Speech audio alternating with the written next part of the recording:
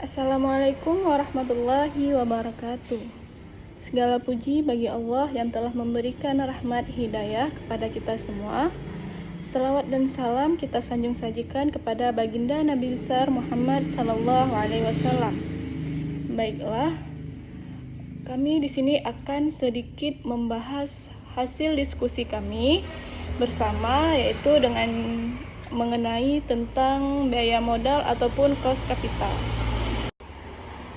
Biaya modal ataupun cost capital adalah biaya real yang harus dikeluarkan oleh perusahaan untuk memperoleh dana, baik yang berasal dari hutang, saham preferen, saham biasa, maupun laba yang ditahan untuk mendanai suatu investasi ataupun operasi perusahaan.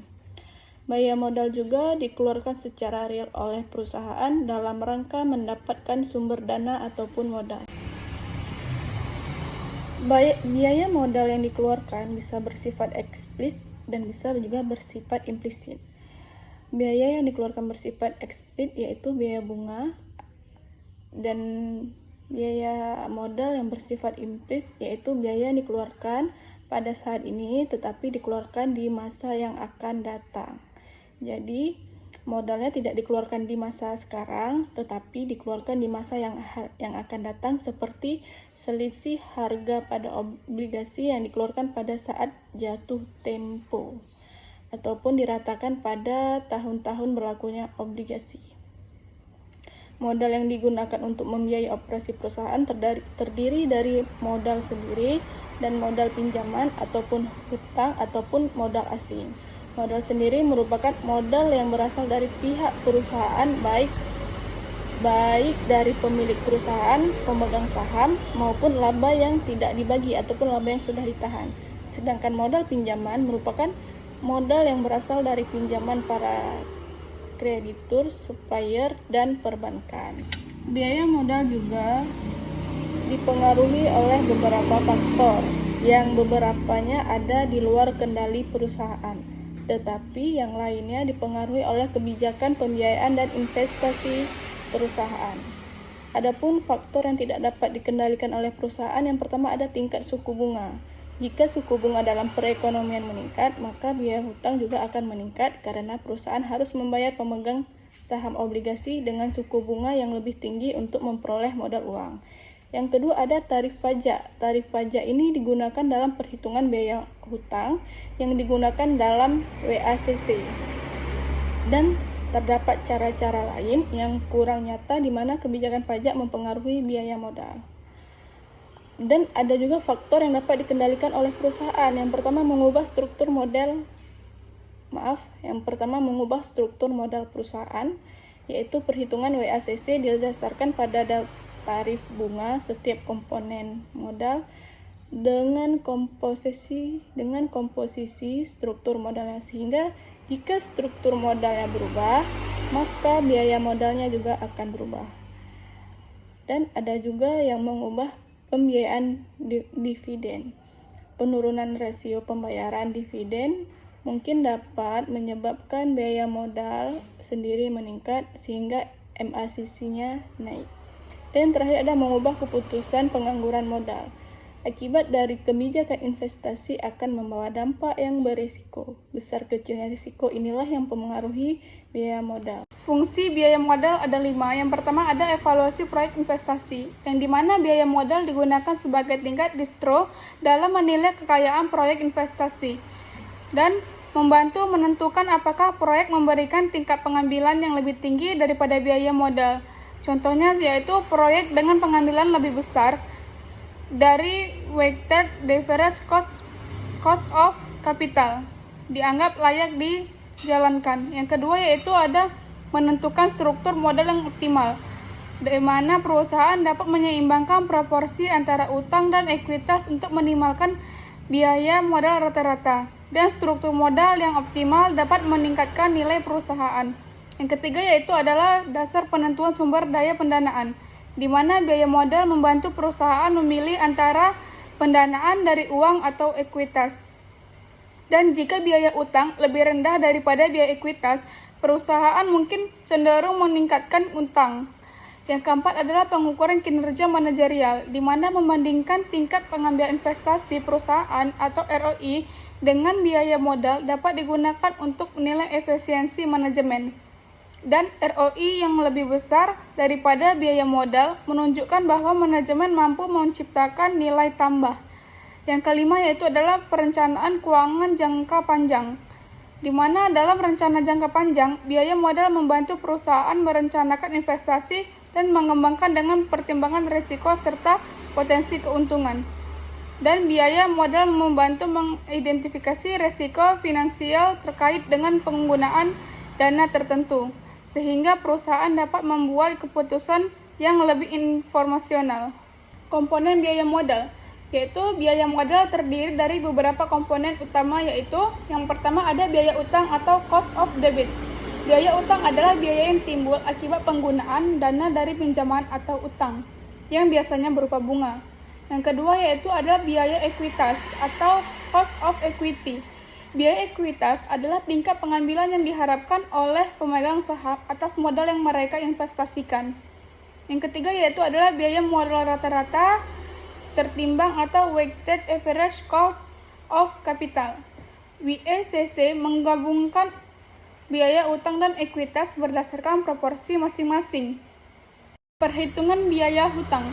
Ada banyak cara untuk menghitung biaya utang. Salah satu metode yang umum adalah menambahkan total beban bunga perusahaan Anda untuk setiap hutang selama setahun, lalu membaginya dengan jumlah total utang.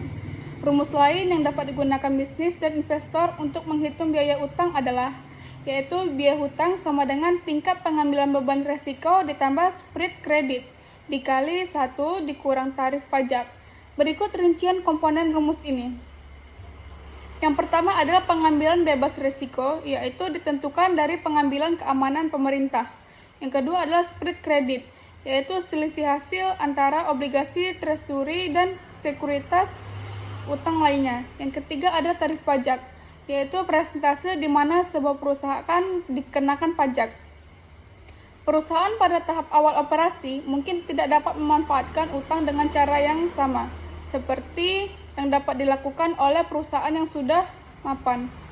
Sejarah operasi dan aset yang terbatas seringkali memaksa perusahaan yang lebih kecil untuk mengambil pendekatan yang berbeda, seperti pembiayaan ekuitas yang merupakan proses peningkatan modal melalui penjualan saham perusahaan.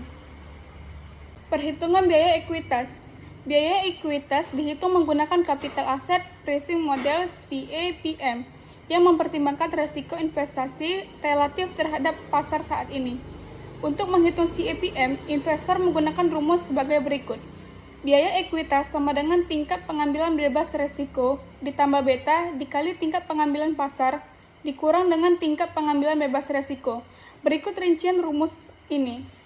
Yang pertama adalah pengambilan bebas risiko atau ditentukan dari pengambilan keamanan pemerintah.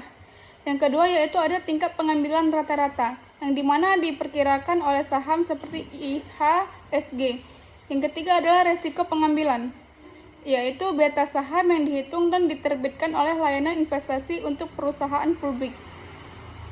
Perusahaan yang menawarkan dividen menghitung biaya ekuitas menggunakan model kapitalisasi dividen. Untuk menentukan biaya ekuitas menggunakan model kapitalisasi dividen, gunakan rumus berikut. Biaya ekuitas sama dengan dividen per saham atau nilai pasar saat ini dari saham tambah tingkatan pertumbuhan dividen. Berikut rincian komponen rumus ini. Yang pertama, dividen. Jumlah uang yang dibayarkan perusahaan secara teratur kepada pemegang sahamnya. Yang kedua, saham nilai pasar, kepemilikan fraksional ekuitas dalam sebuah organisasi yang nilainya ditentukan oleh pasar keuangan. Yang ketiga, tingkat pertumbuhan dividen, tingkat persentase tahunan pertumbuhan dividen selama suatu periode. Biaya modal rata-rata ketimbang WACC dihitung dengan mengalihkan biaya setiap sumber modal, baik ekuitas dengan utang, dengan bobot yang relevan dengan nilai pasar, kemudian menambah produk bersama-sama untuk menentukan total. Berikut rincian komponen rumus ini.